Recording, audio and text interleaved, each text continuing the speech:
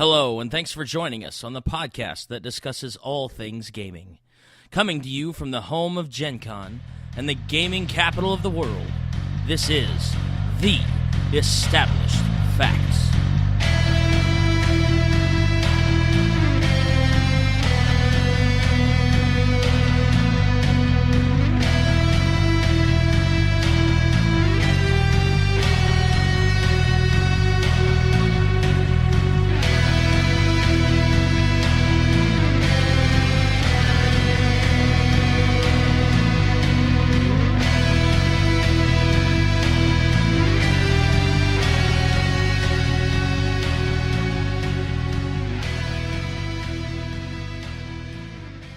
From Doctor Who, Matt Smith. I'll be a story in your head. That's okay. We're all stories in the end. Just make it a good one. Because it was, it was the best. Reel's back. I think I'm curious now that we've kind of broached this topic here that I think I'm going to kind of go around the table here. And people say they don't really care about your gaming stories. I think they're liars. I totally agree. I think they're jealous because they can't come up with the good stuff that you do. Oh, but that's just me. Nice. So, best game ever. Well, any game that I am is the best game ever. But Not if you're a GM. Just don't be George. right. That's right. Yes. So I'm just going to kind of hop around the table. I don't want 45-minute drawn out stories, but I want a solid example from where something that you have done as a character has affected someone else or something else via this big intertwining campaign. So I'm talking like, if you've played a character and then maybe another character has played your offspring down the line. But, something like that. Can you come to me last? I can come to you whenever. Be Sure. the most difficult for me because I'm more of a GM than a player. Then give your example as a GM perspective. Maybe the highlight of that spider web of destruction. I got tons of ideas that you could use, Derek. Yeah. Tons. Not as a player, though. It doesn't matter. Affected other. It's a good point. Being the GM the whole time, it can be complicated. Or how about this? When you, as a GM, you were impressed by watching something a player did. Oh, as a GM perspective, I've got tons. Well, no, but do you have a favorite? Do you have here's a shining example? We'll come to him last. Okay, all right. So who has one? Bueller? I've been in... Derek pointed this out to me at Gen Con. Apparently, I have been in every single story arc that Derek has ran for this group in some way, shape, or form involving the Pelegane world. And I'm, I think, the only person, which is really strange. You are. Because you were in the Gen Con game very, very early. And he was He was in the first session. You were. I was. And Tony and Mike were, but I've continued on in the other games. And as tempting as it is to retell the dragon story that brought all the splinter planes together, that doesn't have the impact as much to me. Amazingly enough, the one that has the impact to me is the one I had to miss.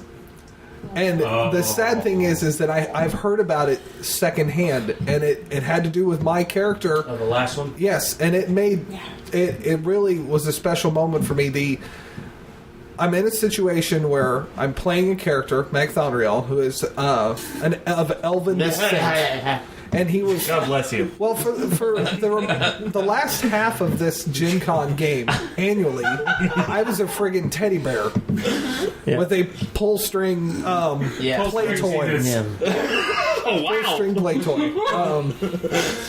Anywho, because Soretta, this deity of love and lust, was upset with me, so she took it out. Was Alpha. Was it Alpha? It was Alpha that did that. Okay, because all right. Anywho, so turning on to that, we're at the final scene. I'm finally back in my elven form, apparently, and I have this hammer that we are supposed to use to break this statue that contains the souls of another set of characters from a different game. And the spot in which I decide to hit the statue is the spot where my character Was it Fane? Fane, Fane. yes. Yeah, it was Fane from the Heroes Love Song. Heroes Love Song, yeah. Fane from the Heroes Love Song game, again, which we mentioned earlier, is sitting in there, cast basically where their life is forfeit, and when Magthonriel busts through the statue, he sees, even if just for a moment, Fane sitting there and has this realization that he's a family member of the same bloodline, completely unaware.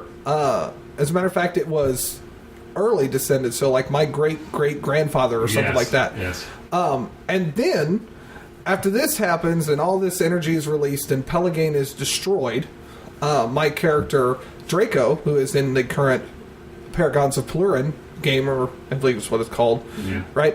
Born is what. Pelurin Born? Okay. Paragons was my game. Comes flying in. Draco existed in the Dragon Spire game that I mentioned earlier. Having been given a second shot and gotten his dragon back, comes flying in, grabs this leaf that has been touched by a single speck of sand that is supposed to represent the Garden of Eden meeting with Pelegane, only to then find out in-game that single speck of sand was Magthonriel having dissolved and now being attached to this. So I have somehow been intertwined between 4 games in one scene, and I don't find this out because I wasn't there. It's true. For a situation he could not have foreseen. No, and I'm not mad about it in any way. As a matter of fact, that's the point. Right. That is the definition of intertwining. And just to clarify, because I know one person commented, Tony's character is the one that swung the hammer ultimately Okay, at the end. my apologies. It was, again, not being rude, but still. Oh, yeah. Wow. So, yeah. Everyone follow that? I fell asleep. What? It's called Lost. We just defined intertwining. That's what that was. Yeah. Goodness. Next. So maybe I'll chime in here Go for it. and reference a game that I was in that was actually predates you guys. Back when I had my own little group that I hung out with back in college. We were going around, and I happened to be playing a paladin in that game. Surprise. As I recall, it was a Zelda-themed game, and all of the other characters were a more neutral, or perhaps even an evil style in terms of how they acted. And instead of being upset with them, or, being hostile towards them, what I did instead was I tried to come up with creative ways to help them recognize why their actions were negative, and kind of gave them a creative form of penance, a way that they could, absolve themselves, at least within my eyes, of the wrongdoing that they had done. And the other players who I was working with for this found that really, really an intriguing idea or an approach for how I was doing it, and they commented afterwards that was just something they really enjoyed. So that's always stuck with me, is that you don't have to adhere 100% to the rules, but as long as you're creative about how you approach things, that's sometimes even more important. Donald, you sitting on one over there? I have one now. Yeah. In the early mid 2000s, when Mike and I started gaming together, we had a couple And missing work. and missing work. Yeah. We had a couple. Mental health days. Yeah. You could call them that. That's exactly what I called in with. We call them Champion D20 days. That's right. 16-hour grind, I think, is what we used to call those things. Anyhow, we had 2 sets of characters that we played as kind of either brothers or very close friends, and the 2 that we played as brothers were 2 drow sorcerer characters named Belgos and Vorn. And that campaign alone lasted about 7 years. And every once in a while, we'll revisit them and play 1 or 2 sessions with the group that we used to play with. And it's kind of a holiday thing when we do it sometimes. But what I think is really great about having played those characters and having those characters be such a huge part of my background as a role player is they've actually been somewhat subversively placed into the world of Palagane in some some fashion or another. And I think that really what it comes down to, there's no reason for me to really get into a quote-unquote gaming story, but I think that having played characters that are so influential for me and for my story as a gamer, to know that I have played characters and created characters that, before they existed, they had no meaning, but since I had played them, and I think regardless if I had played them for 7 years or 7 months, the connection that I had with my character Belgos and the connection that Mike had with his character Vorn has kind of been a long-lived connection. Like I think we are constantly trying to redefine those characters in some way, shape, or form at any possible point that we can. Every possible point, everyone. But as a GM, being able to use those characters as kind of like cameo characters, or even have those characters used. There were several games when Derek or when Josh was running for a Palagane game, when they'd say, "Hey, we want to put a cameo in here of Belgos and Vorn because they're in the campaign setting that they are alive in." They've actually ascended to lesser deityhood. So the idea that they can travel interplanar, to a completely different world with completely different rules and completely different pantheons is not outside of the stretch of reality. For a lesser deity, I mean, especially a lesser deity of magic and anyhow. So My God. So I think for me, in a nutshell, it's just really cool, talking about intertwining stories and intertwining characters and kind of having that as I called it earlier, like that quantum leap adventurer, being able to play the same character with a continuing storyline in a completely different campaign setting is really cool. And it really means a lot to me to have played characters and had developed characters that are so influential in not only my own life, but in also the life of my friends and the other gamers that I play with. And I'd have to give a shout out. This isn't mine. I've got mine picked out, but we have to give a shout out to Josh Wooden though for his Speckle character. Speckle. Because we all use him. Yes. We all use him. Yes. He's our backdoor to everything. Will you Yes. be my friend? That's right. I mean, Yes. one of our famous lines now. Yeah, well, you'll be my friend. Yes. That character is his one of his favorite characters, and he was very gracious in allowing me to take him into a completely different perspective, and he got what I consider one of the better death scenes in my campaigns, and it was heartbreaking for me because I had played him as an NPC for so long, and I knew his connection to Wooden, and so I mean, even though he died out of love. As creepy as that sounds, but Sounds exactly like He you. and I don't know if you guys know this or not, but he and I were actually working together when he came up with the concept of that character before you guys had started playing games together. I think it was right before you had moved up here. He just came up with this idea of this guy named Speckle, and I think his original interpretation was a half giant, half kinder. I was like, that just broke my So he looks brain. like a human. So he looks like a human, right? But I think he ended up changing the concept a little bit more to he fit went in to it. But Kender, yeah. he and that and a character that he had for a long time. I think he tries to play in every other campaign named Kalos. Yes. Yeah. Both of those characters, we kind of in our free time when we were on break or something like that, we'd have like 45 minutes of just IM role play and stuff like that. It was a lot of fun. Yeah. So, thank you.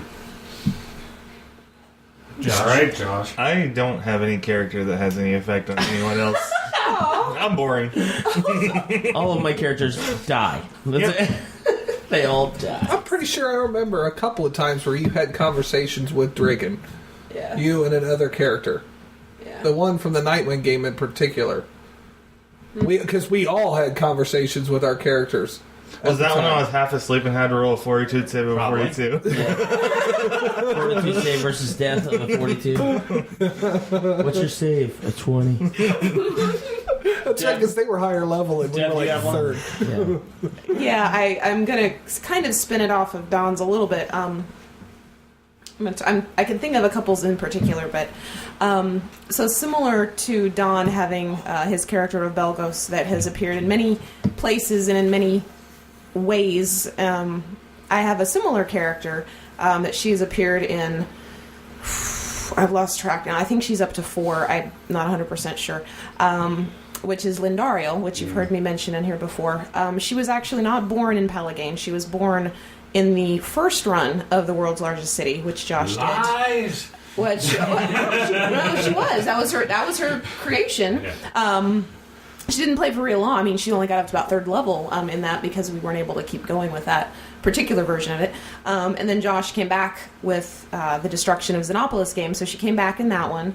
And then she appeared in the next one because, and that's the actual specific story is right in there, is because at the end of Josh's game, talk about intertwining stories.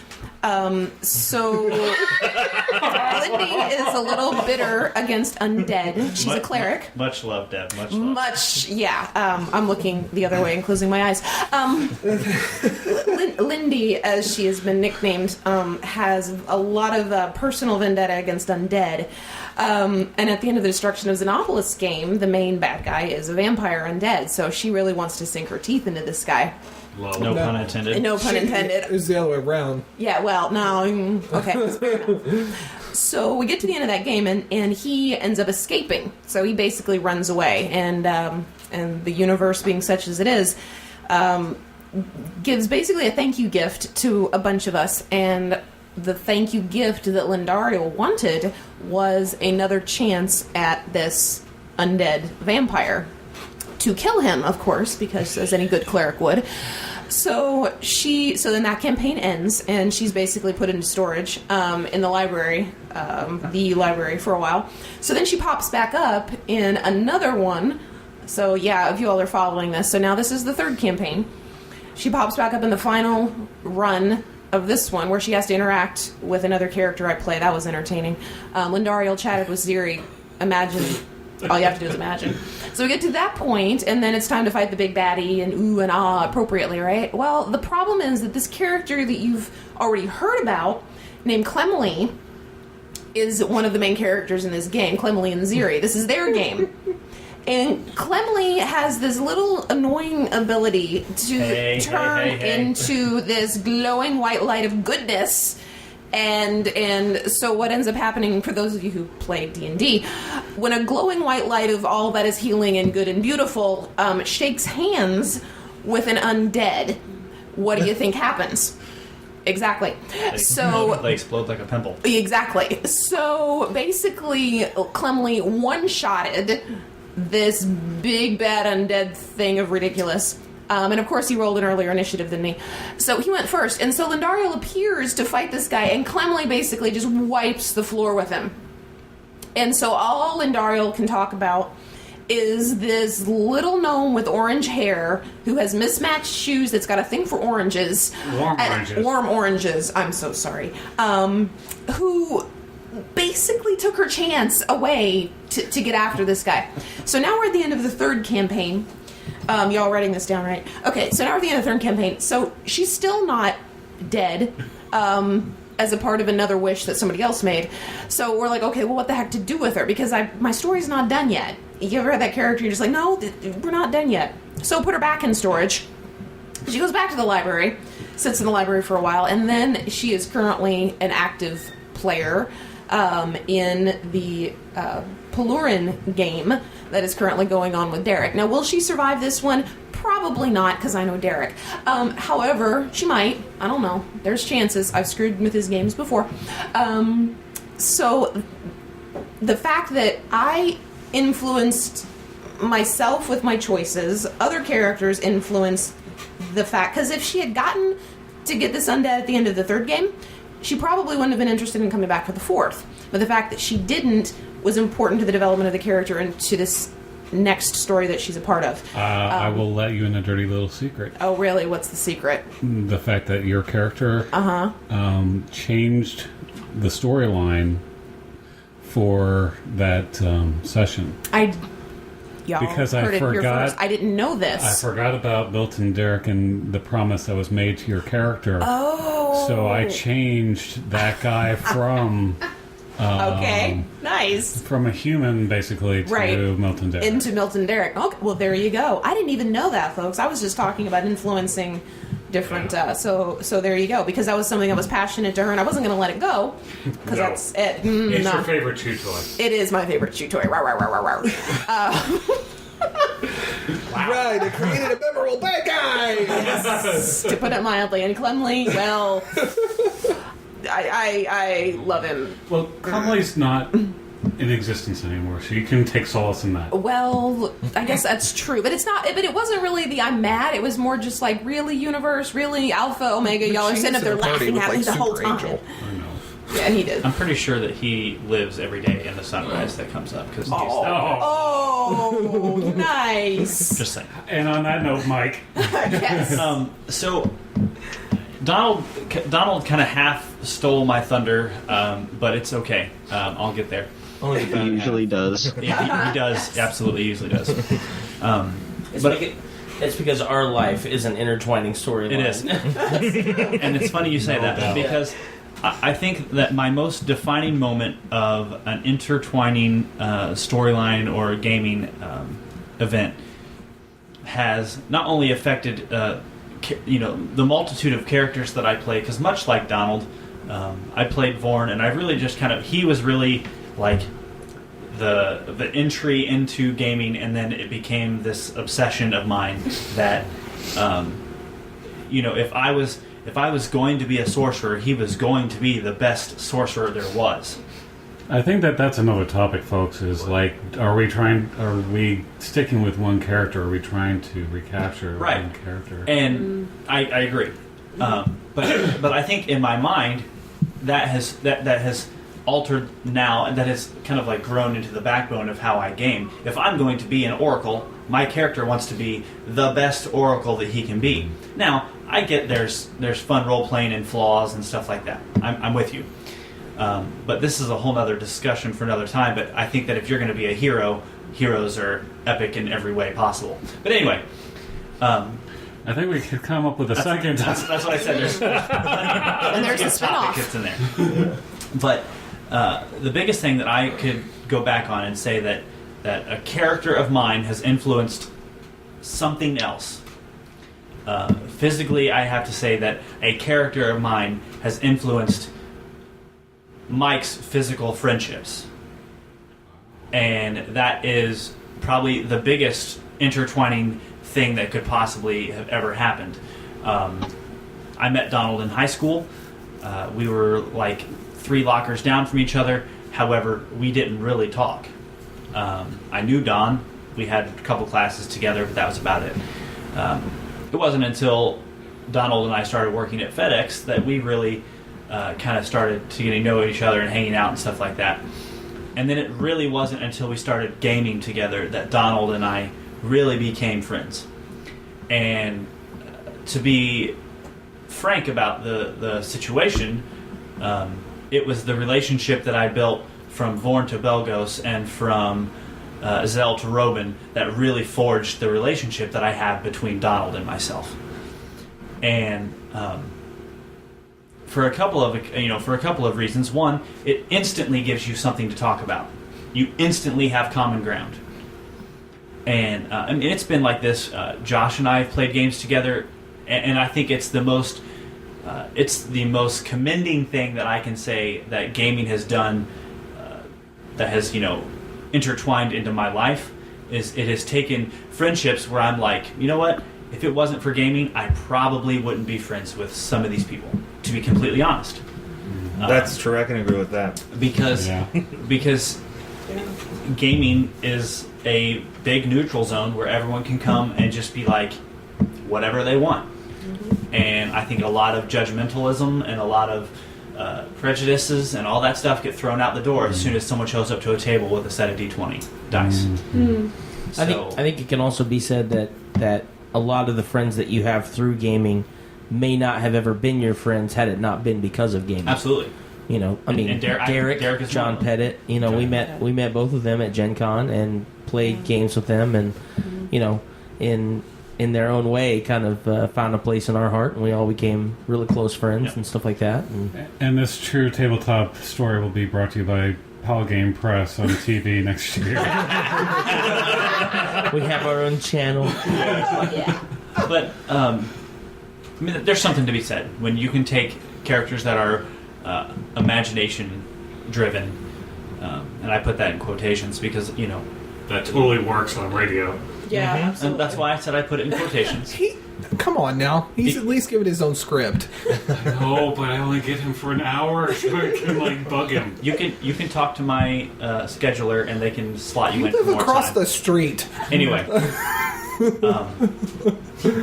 there's just something to be said that characters that are supposed to be in your imagination, when they really start feeding back into who you are and changing who you are,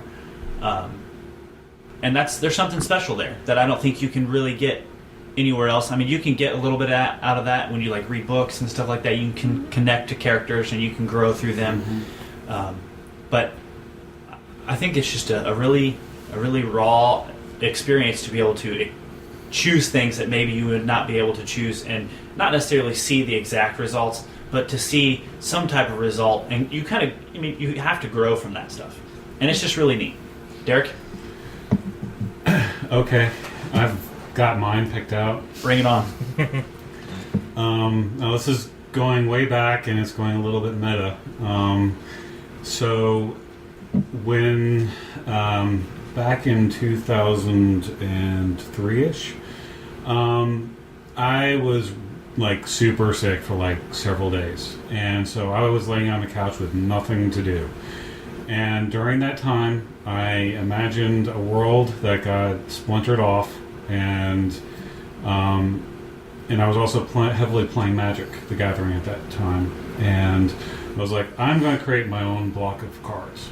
And I started creating sets, and one of the at the time I was interested in incarnations and that sort of thing. So you had incarnation of faith and lust and life and that sort of thing. Those I thought would be interesting to cross over with D&D because Pathfinder wasn't introduced at that point yet, and so I created this huge crossover between the two storylines, and I created two soldiers that cross between the two worlds through a portal, and out of that developed the Splinter Plane, and out of that developed Palgame. The incarnations that came out of that ultimately transferred into Alpha and Omega.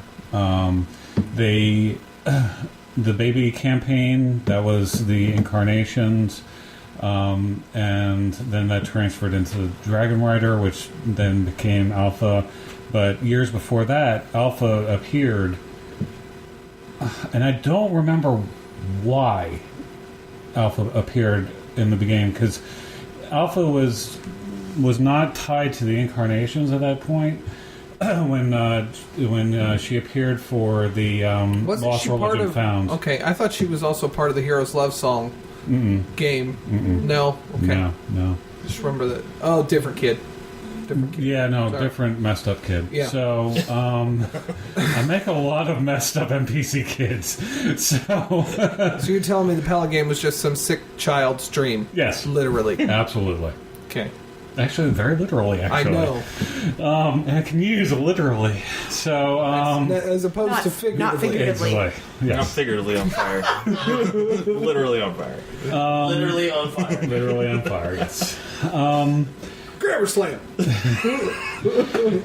Oh my gosh. So Alpha came into being before I knew that the incarnations became Alpha, and so those two sort of were separate for a while, then they came together. And it's finding these, as we were talking about intertwining stories, it's finding these connections that's what you need to do this sort of type of thing. You don't have to pre-plan everything. Sometimes it just becomes organic, and you can make these connections so your players are like, oh, that's a callback to blah blah blah, and that's a callback to blah blah blah. I had we had a one shot where we had people with hourglasses on their forehead that came back in the last Lost Religion Found. So I mean, you can find these things where you can like call back to these to previous campaigns. You don't have to make it like something integral, but you can at least cameo it. It's really fun too as a GM when you have one of those callbacks that maybe it wasn't necessarily in your game that you were running, but it just happens that you added as a little bit of sugar and spice for your gamers, and you kind of see them smile, and they do that like that quintessential head nod, like they understand, you know, what you're trying to do or where you're coming from, and you know that it actually kind of hits that mark. Mm-hmm. Yes. So, Prime, are you gonna leave it with you have nothing that connects to anybody? I really can't think of anything. I tried. Okay. Well, you get an A for effort. Yeah, I'm that shallow apparently. I see that. Well, maybe that's something you can work on. Right? Probably not. But Do you have a favorite character that you'd like to do more with? Yeah, actually, it wasn't in your particular world, but Then it's not a character. right. Oh, No. It's just wow. no further comments, Your Honor. No further comments. I rest my case. And Are you Back, swoosh, and that's the game. Let's see. going to mention what we were just talking about? I've played. Prime? How many games have you run? 2? Yeah, 1? yeah. Something like that. So, Yeah, you it's know. a but what character are you talking? I was talking about Draken. He's half celestial, half. Dragons. Gold dragon. Don't you Gold dare call dragon. yourself a paladin because you barely smited. Dude, whatever. I'll smite you. Anyways, One time. In 7 see, years. I'm like a one-trick pony, but That never had did no I got that tricks. one trick. You have no trick. No. I did it once. That's what. Yeah. Anyways, but yeah, he was really fun. You only to play. shifted into a gold dragon once. Well, technically, I wasn't supposed to because I had that ectoplasmic skin that shifted me, but that had Oh, nothing to okay. do with my Which powers. world are you talking about? This is Iota Drew. Okay. But anyway, yeah, it was. I rolled around with Don and Mike's character, and they pretty much wreaked havoc, and I just stood there and went, huh, whatever.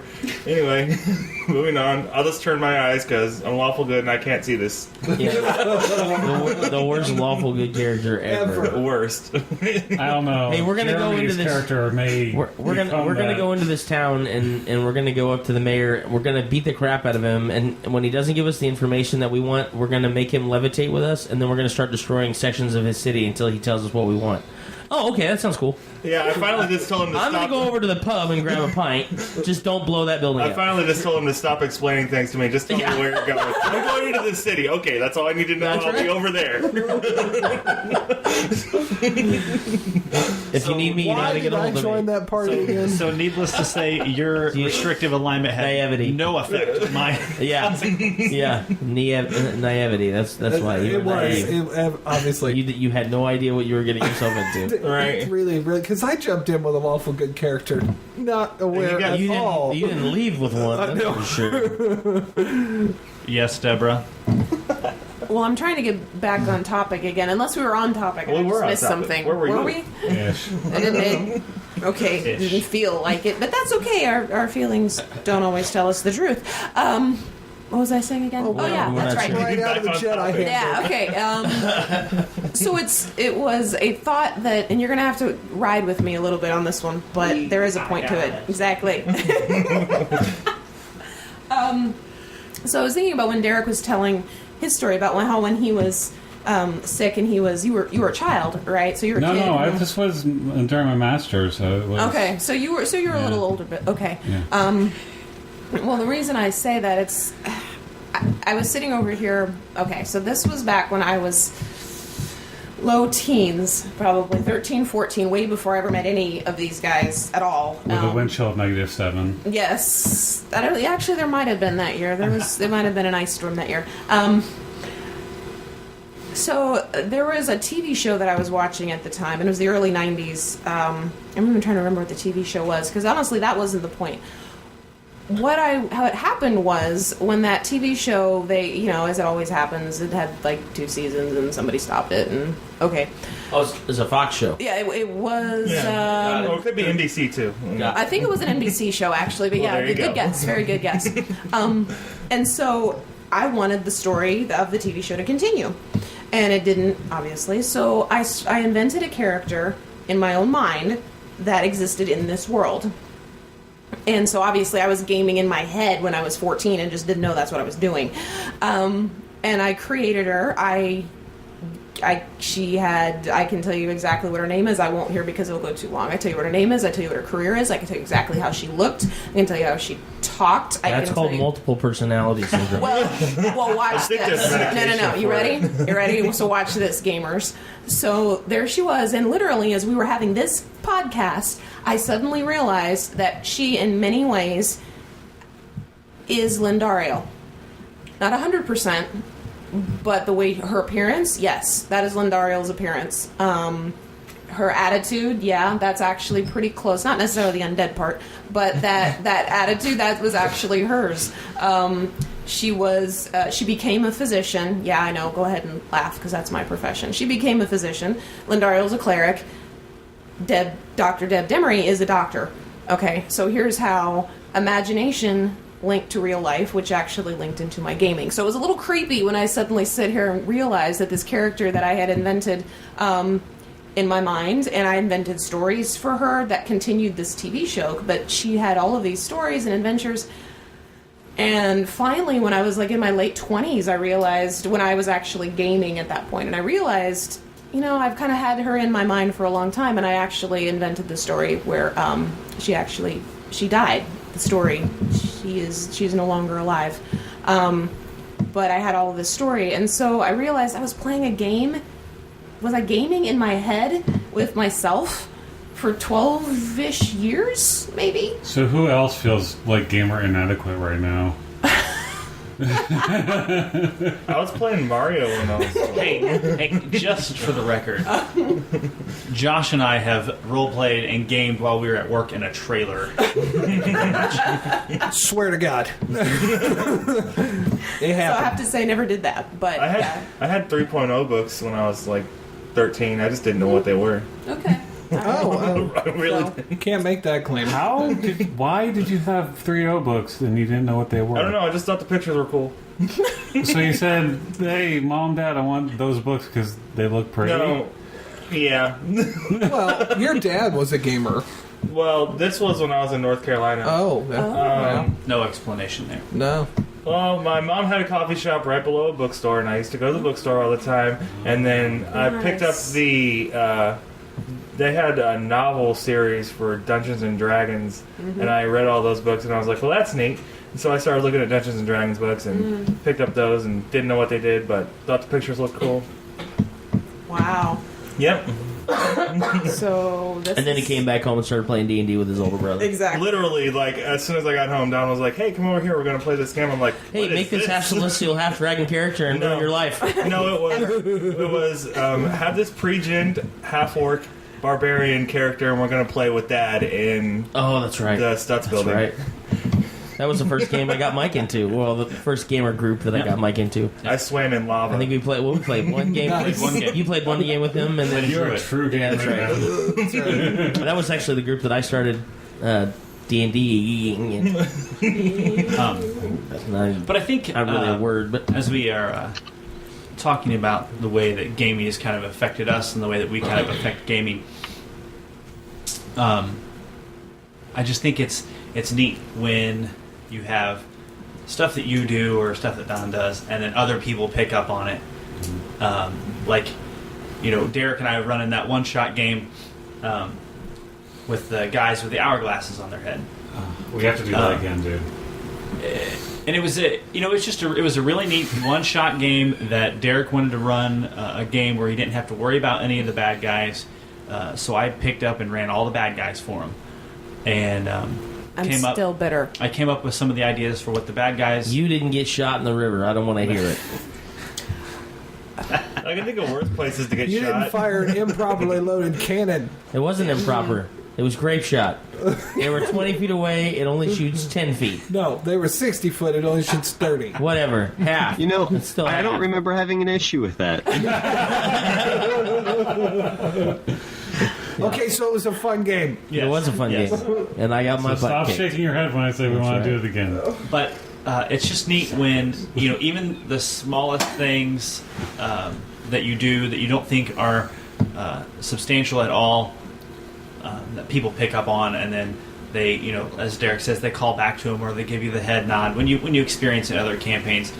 And it's just, it's like Deb said, it's just satisfying to know that there is something that I have, whether I'm a player or a game master, that I have added to this world, or I have added to this game to enrich the environment.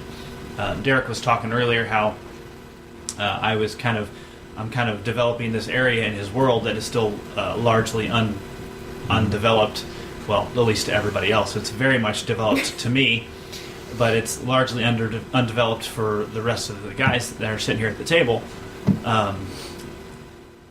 And it's neat because eventually I'm going to sit down and these guys are going to go and they're going to stomp through the desert over there, and there's a whole story that's in my head that I'm going to take them through, and Derek is going to get to watch as a player. He's going to watch his world develop.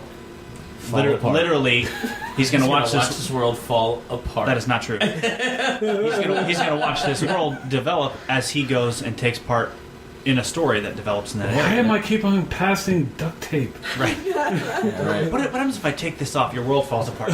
Don't touch that. Just so you know. But Yeah, I've got a campaign setting I need to put together. but you know, it's just neat because it's not very common to have someone who has created a world that is just like, hey, yeah, I have this huge world that I have developed, and there's some corners of it that are not developed, but that's for another time. It's not very very common that you get a guy that's like, hey, I have no idea what to do with this. Help me out. Which is really neat because that just takes this world of Pallegane, and it's not just the love child of Derek and his sick illness that he had while he was laying on the couch. Sick mind. Well, yeah. Anyway. That has persisted. But it's become like a work of art. It's some kind of I am not comparing myself or any of us to this at all, so that's a disclaimer. I love you. Please don't sue me. From Beyond the Grave. Derek actually had some kind of a contagious disease. Yes. Now we're all masochists. Yes. Yes. Oh. that Congratulations. explains your paladin's issues, Jeremy. Yes. So when D&D was first developed with Gary Gygax and his group, that's how role-playing started, was basically the same way that we've been doing Pallegane, is through running games and such. It's like when you play Greyhawk started that way. any of those open world explorers that you're just you're a party and you walk this road from Waterdeep to all the way up to Neverwinter, and that's the road you walk every day, and then one day you go, hey, I wonder what happens if I take a left right here. And then the spine of the world. you take the left, and bam, now you have this adventure that starts that is literally you're placing It's the- like a scene from Nick Arcade. We've got Mikey over here going left. That's true. Deborah, you got your hand up. Well, I was just going to step off of what Derek said. I was rewind it a little bit further. So Gary Gygax and the invention of Dungeons and Dragons, spinning off from the world of J.R.R. Tolkien in The Lord of the Rings. Oh, yeah. I mean, people probably got to the end of those books and said, you know what, I don't want this story to end, right? I want it Right. to keep going. I want to keep exploring this world. How much more could there be in this kind of line of thought? I mean, I know it's not classic Lord of the Rings, but that line of thought, and they kept going, and we're still going today because we thought the story that he came up with was so daggone good. Don't let it end. So it's just, how many spin-offs can we do from it? I don't think J.R.R. Tolkien spun off anybody. Well, the foundation of his stuff was bled out of a lot of English Avalonian mythos with King Arthur and with fairies and things. He was sad that England didn't really have a mythos. Like Greek Right. had mythology and it was- Roman mythology, Right, because and they it had was this, sacked by the Franks. right, and so they lost that, and they never found it, and so he was always sad that they didn't have those kind of legends and mythos to hold on to tell stories of. So he said, well, what if? And that's what the Red Book of the West March was supposed to be, that idea of the mythos of England. That was, England was Middle Earth long ago. And he just turned it into that storyline. And so therefore we are, by some extension, playing the mythos of our ancient ancestors. Yeah, in a way, if you want. depending on what your themes are and things like that. Yeah, Well, especially high like fantasy stuff. Dwarves and and the elves and all that, and fairies and Dragons. much. dragons. Oh yeah, absolutely. I heard this on another podcast. I cannot remember what it was, but the idea of playing a game in a different country. Mm-hmm. Based on, like if you were to go to Japan, yes, and play Pathfinder with people in Japan who have grown up with, and especially like in a lot of Asian countries, they hold strong to a lot of those traditional outlooks and practices. The samurai tradition. Yeah, well, to sit down and actually play with people who may have, it might be a long shot, but may have legitimately had samurai in their family, and they actually play characters like they would have been depicted in that time. It'd be like somebody coming here and playing in a game that took place during the Wild West. Yeah, the Wild West or the mid 1700s. We have we have an interpretation of what happened here during that time, and that's what bleeds into the way that we play. Talking about intertwining story, taking real life and intertwining it into your fantasy life is just another form of escapism. It's just another way to interpret what you've experienced and turn it into a resolution. You may have a problem in your real life, and sometimes, as silly as it may sound, you may find the solution to that problem sitting down in a game. Playing and just being able to let your imagination run with whatever that problem may be. Talking about that jogged my memory. Lost Religion Found, a lot of the Pelagane stuff. Mm-hmm. That has been my way of gripping with religion. Yeah. So, like Hero's Love Song was like childhood stuff that I wanted to deal with, and also Religion Found, like I said, was me saying, well, do we need gods to survive as people? And you can, you don't necessarily have to go that deep, Right, but right. it all this stuff comes from somewhere. Well, and Mike used the perfect example. He and we went to the same high school for 4 years. Our lockers, because they were all in alphabetical order, our lockers were within 2 lockers of each other for 4 years. And we didn't really start talking to each other until probably our senior year. We had a few classes together here and there, but for the most part, we didn't start talking until our senior year. And I think the first thing that actually got us to talking was sitting down and playing a euchre game. So as funny as that is. It is Indiana. And then we all graduate and we all leave, and then I started working at FedEx before he did, about a year, 9 months to a year before he did. And then I was just walking out of security one day, and he was sitting outside of security, and I was like, Mike? And we just sat there and started talking, and we started hanging out. We went and had breakfast. Same night is when I met Josh, and they had not ever really gotten into gaming. Mike was real big into Star Wars, and he played a lot of computer games and stuff like that. And I was like, my dad had got me into Dungeons and Dragons around the time I was 15, and I was like, hey, come and check this out. Come and play with this game group that we're with. And then we ended up, meeting all these other people, but through gaming, again, a lot of our real life has matured. You know, a lot of the things that we have dealt with in real life has been intertwined with the struggles that we had as a character in a game.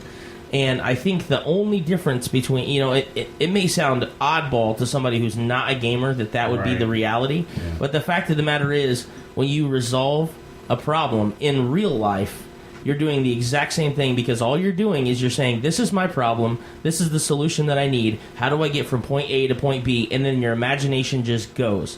And sometimes it takes for you to be in, you know, the Neverwinter Forest, to be able to go, to just let your brain relax, and then to let all those, you know, neurons just fire, and then, holy cow, you know, let me write this down before I roll my D20, before I forget what I was just thinking, you know? What about the campaign that you ran? I mean, and do you want to run, like, second part or part of that campaign? Do you see yourself coming out of that campaign? I think that when I run, in general, because I've always been... always have been, and probably always will be for a large majority of my life, have been kind of the Commander Riker, the support guy. Mm-hmm. And what GMing allows me to do is to be the leader at the table. And it allows me to step out of my comfort zone, because I'm always looking for acceptance. And you guys may not notice it because it may just be old hat to you, but when I get done with the session... you know, it may not be right after the session, but within a week or so, I'm always like, hey, you know, what'd you think of the game? You know, is there anything I could improve on? Like, that's how I live my life in general. Like, if I'm doing something wrong at work, I want Mike, because Mike and I work together in the same work group, so I want Mike to be able to come to me and be comfortable to say, hey, you are doing a really good job with this, but if you could do this one thing here, it would make my life 1,000 times easier. You know what? I'm more than likely going to do whatever he's just asked me to do, because I know, A, he appreciates what I'm already doing, and B, I know that it's helping out the team. And when I GM, I want the team to succeed. It's as frustrating as it can be to me to sit down for hours and put something together and go, yeah, this is going to be a real challenge, and then they're through it in 5 minutes. That's just GMing. Yeah, it is. But it allows me to sit down and adapt to changes. It allows me to sit down. It's just like music. Music's a big thing for me. And music is a creative outlet, just like GMing is a creative outlet. And it allows you to understand how to solve problems on the fly, and how to deal with things on the fly. And I think there's no one thing I can pick out as a GM that tells me, you know, hey, this is something that you're dealing with right now, and this is how you solve it. But in general, the practice of problem solving allows me to keep that value and that quality at its peak. Would you consider that, Josh? I mean, Demery. I mean, would you? Because you typically run modules. Would you consider like creating your own campaign out of whole cloth? And it's funny because I started with modules. Like, again, the Destruction of Xenopolis was originally based off the World's Largest City by Alderac Entertainment, but what it turned into was I took those locations and created their own story hooks together. Yes, Milton Derrick is the original name is ripped right out of that book, but he's managed to turn into this multi-campaign villain. But the story and connections as to why they went after Milton Derrick, there's nothing in that book about that. That is all me. Everything involving the dragon egg, everything involving the portals between the energy storage, all that stuff. That was all me. I'm getting ready to attempt to send some of you guys through Rapanathik, the Frog God Games dungeon. But that is actually going to be utilized as the dungeon in the ruins of Xenopolis. Is the idea is I want to see a massive dungeon underneath Xenopolis. The idea that Milton Derrick spent all those years with his grave, and it was his ultimate transport between the shadow and whatever plane. Had he just turned left, there was this massive dungeon that he just had no idea was there. It's I may use that as a jump off point, but ultimately it is the story inside my head. I am very much the guy who prefers a good versus evil story. Love seeing that. You can ask anybody who's seen me watch professional wrestling. I'm sitting there watching, going, okay, they should do this, or they're going to do this, or the blah, blah, blah. Yeah, I'm very predictive on that. Oh, look, Right John for Cena it. won the belt. Yeah, there's a shocker. Yeah. Because I enjoy those stories. I enjoy good versus evil. Many call me around here the paladin of the group. That's right. Taking the mud. I know. Google, we yes, are we're still here. there. Thank you, Anywho. Google, for checking in on us. That's great. So yeah, do I see myself right? Xenopolis has become my playground and everything involving it. Yes, it may have been based off the world's largest city, but I have started forming the territories and attempted to put them into its own thing. Xenopolis and the dungeon underneath, that is my area in Pallegane. I have taken it, I have embraced it, and I've loved every part of it. So do you see yourself, like, do you see some of your personality? I mean, you know the good versus evil thing, but do you see other parts of your personality coming through your storyline? One of the things I loved about the world's largest city was the division of districts, and exploring each of the different mindsets in those districts. And for me, because I don't always understand different people, I'm a very I try to be very in between and just kind of talk and deal with whoever, but kind of trying to focus on those particular types of people, like whether it be the district for the nobles, the nobles district, the very high and mighty aristocrats, all the way down to the warehouse district where all the blue collar workers are. Trying to learn and understand those. The world's largest city really got me interested in that, and now looking at my version of the city as it comes together, it's almost like a spoken wheel, a circular city, of course, to fit in the hollow as it is. But each of those little pizza slices, as it may be, has their own purpose as well. Often opposing each other, but in the end, they all center around the spire and center around the one place of belief. The one, because with my religious beliefs, in the end, it comes down to that one important thing. And no matter the differences that may be across the way, in the center, the focus is still there.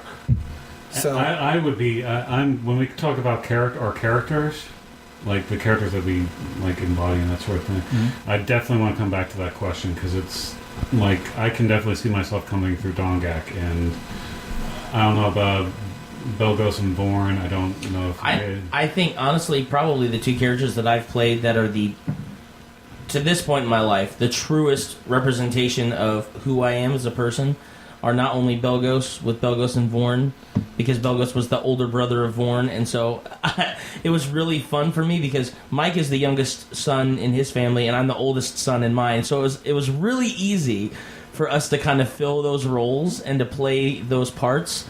But again, I mean, I think that those characters probably really helped me understand the diversity of gamers and of people, and it was through those characters that I probably grew internally a lot more. And probably the other character that I can think of that was definitely a reflection of who I am and who I want to be sometimes, but I'm normally not, is definitely Robin. He was an elven rogue that he was actually the first character that I built with Mike. Mike made a half-drow, paladin or fighter? Ranger, that's right. So a half-drow ranger and an elven rogue traveling together, which does not sound like it would be a good idea, but it actually turned out to be really fun. And we were the biggest in the world. Pardon my language, but we were the biggest jerks ever, and it was a lot of fun for me because I'm normally that kind of guy who's I'm not I wouldn't necessarily say I'm a yes man, but I'm not normally a no man. So playing Robin really allowed me to kind of to take that part and go, you know what? No, I don't like that idea, and you know what? If that's where you want to go for it. I'm going to go hide in the shadows and sneak attack a couple dudes over here on the other side of the tower, and I'm going to go down to the treasure hoard while you guys are killing the wizard at the top. Like, that was kind of my thing. Like, he was definitely my rebel without a cause. So, I'll come back to you, Deb. Just kind of talking about that stuff. And again, Derek was asking if you see yourselves kind of coming out in characters or in your creative process through gaming. And there's a lot there's a lot that I've put into that area in Pallegane of Care that, as I'm sitting here and kind of thinking it through, I can kind of pinpoint where a lot of those ideas have come from through my gaming experience and just from my own personality. As a gamer, I generally thrive when there's some kind of conflict, whether there's internal party conflict or there's a bad guy we're chasing. I generally, I don't say I'm not engaged, but my mind just kind of starts freewheeling when there's kind of lulls in the action. Like, oh, we're going to go hang out for 2 weeks at this town and just kind of chill. No, whatever. Just hook me back up when you need to blow something up. You know? And ultimately, when I was going through this process of developing Care, there's an extensive timeline that Derek has of his world, and I'm looking at this huge timeline and I'm going, okay, so this land just didn't pop into existence. It just didn't be like, oh, poof, there's all these people and there's. So I have to start at the beginning of this timeline that's literally still changing, and I have to start kind of trying to dream up, okay, what's happening at the beginning when all this other stuff is going on, and then what's happening here when all this is going on. And then I literally got to a point in time when Derek's world, where he has the God Wars, and all of the gods get kind of locked away and imprisoned and all this stuff. And I literally was thinking about all this stuff, and a light bulb flipped on in my head, and I said, I've got it. I found literally the backbone of this area of the world.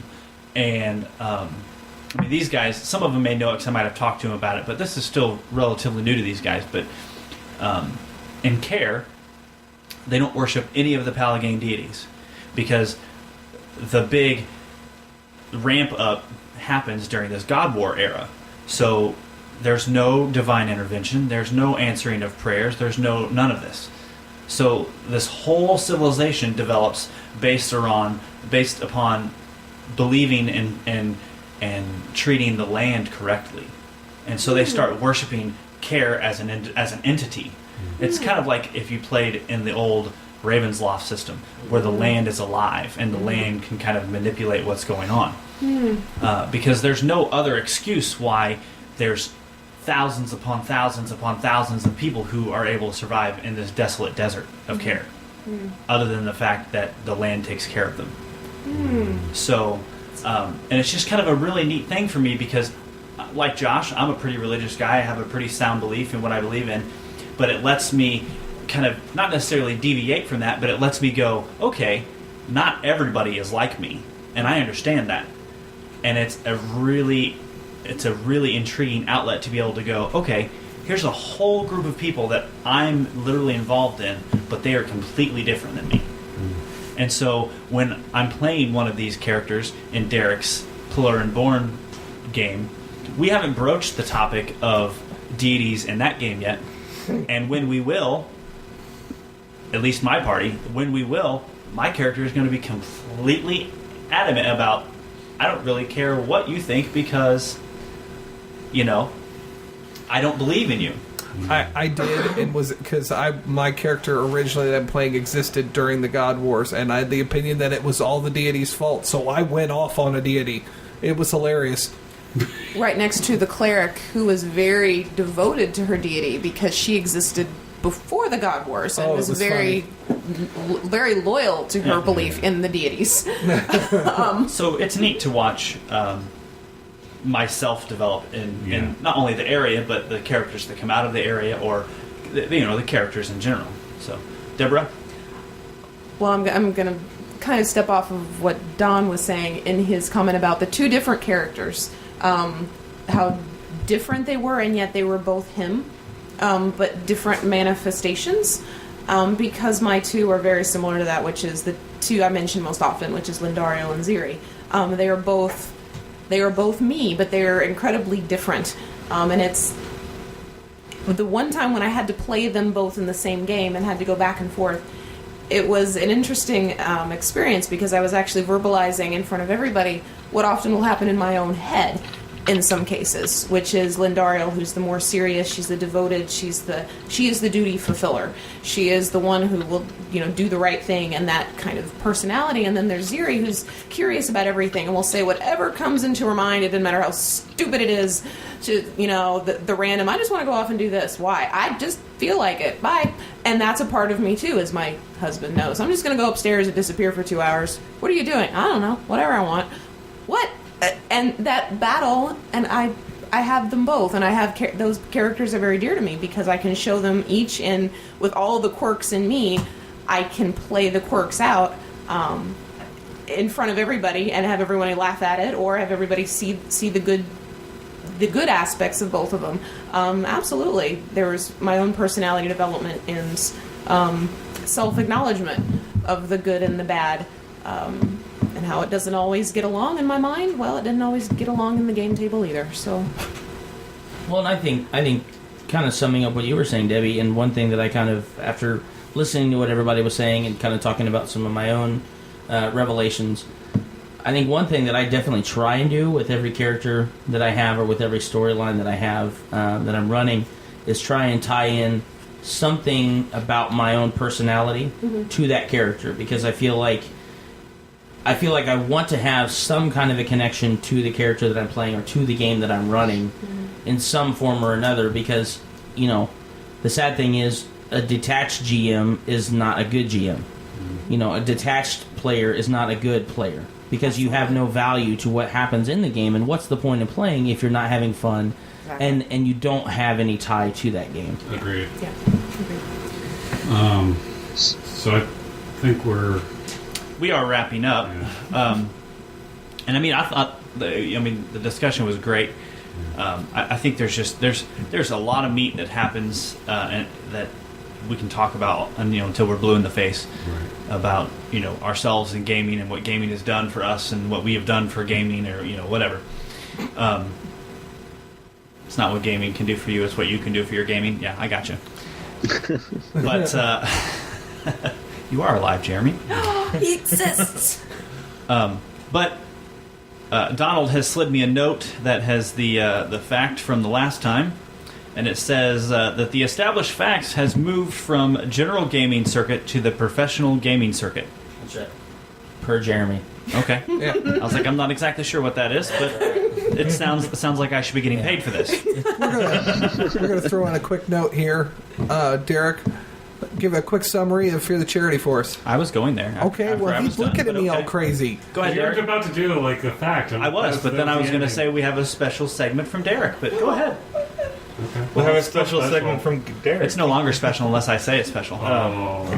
It's now endorsed by Josh. That is Not my definitely fault. not special. Oh, that's not. No. It might be special, but it's not special. Special. I love in you, that, don't sue me. special in that face guard on the suit kind of way. Try and bite your ear. All right, Derek, what you got? Oh my gosh.